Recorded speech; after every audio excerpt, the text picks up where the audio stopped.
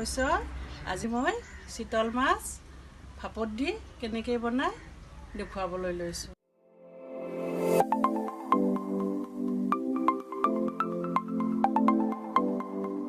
আহকচোন সামগ্ৰী কি কি লাগে দেখুৱাইছোঁ।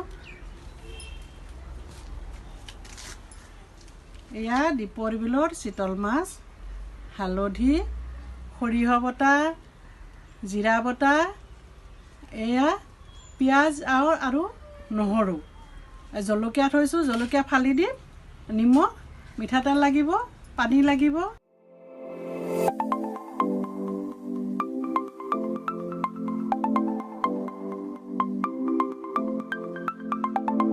এতিয়া মাঘ মাহৰ সময়, উৰুকাত মাছ সকলোৱে ভাল পায়, চবেই বনায়, চবেই খায় মাছ মাংস এসাঁজ খাবলৈ সকলোৱে বছৰটো হেঁপাহেৰে ৰৈ থাকে।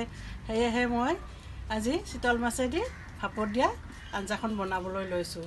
এতিয়া কেৰাহী মোৰ গৰম হৈছে, এইটো ভাজিব নালাগে। গোটেইখিনি সামগ্ৰী লগাই দি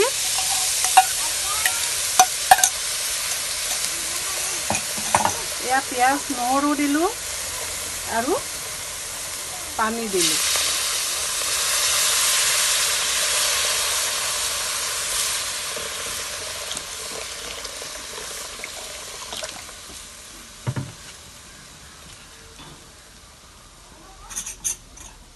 এতিয়া সৰিয়হ বাটা দিলোঁ।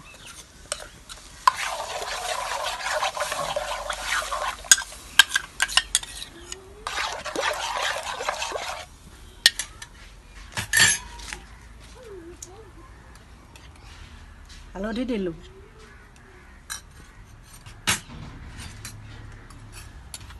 এয়া নিমখো দি দিছোঁ। এয়া জিৰা দিছোঁ। গোটেইখিনি লগাই ল'লোঁ। জিৰাটো মই গোটা জিৰা পিচি লৈছিলোঁ। গুড়া দিলে খাবলৈ সিমান এটা ভাল নালাগে, টেষ্টটো বেলেগ হয়। পিচি দিলে টেষ্টটো বেছি হয়, সেয়াহে মই পিচি লৈছিলোঁ। এতিয়া মই মাছবিলাক ভজা নাই, কেঁচা মাছ এটা এটাকৈ দি দিলোঁ। এয়া মাছখিনি দি দিলোঁ এপিচ এপিচকৈ।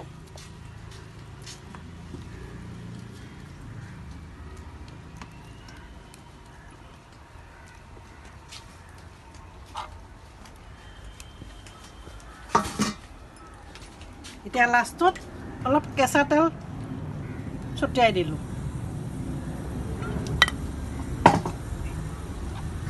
এতিয়া ভালকৈ মিহলাই নহৰু পিঁয়াজৰ লগত জলকীয়া দুটা পিচি দিছিলোঁ আৰু দুটা গোটাই দি দিলোঁ। এতিয়া গোটেইখিনি সামগ্ৰী দিয়াৰ পিছত এনেকুৱা হ'ল। এতিয়া ঢাকনি দি মই 20-25 মিনিট সময় ৰাখি দিম। এয়া 20-25 মিনিট সময় জুইত ৰাখিলোঁ। জুইখিনি খুব বেছি দিছিলোঁ পানীটো শুকাবলৈ। এতিয়া মই ঢাকনি গুচালোঁ। এনেকুৱা হৈছে। এতিয়া হ'বই আৰু, হ'লে আঞ্জাখন নুমালে হ'ল।